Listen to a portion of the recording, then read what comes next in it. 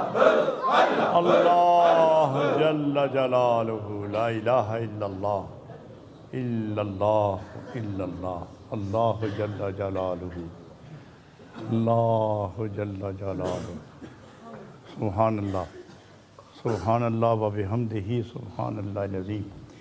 یہ ذکر یہ اپنی تابانی اور توانائی اور اپنے جذب و کیف کے اعتبار سے مقبول ترین ذکر ہے، اور اس ذکر سے جو نور کی برسات آپ کے روحوں اور دلوں اور قلوب اور اذہان پر، سوچوں اور فکر پر، جسم اور جان اور تن اور من پر جو ذکر کے نور کی برسات برسی ہے، اس سے پچھلے گناہ دھل گئے ہیں۔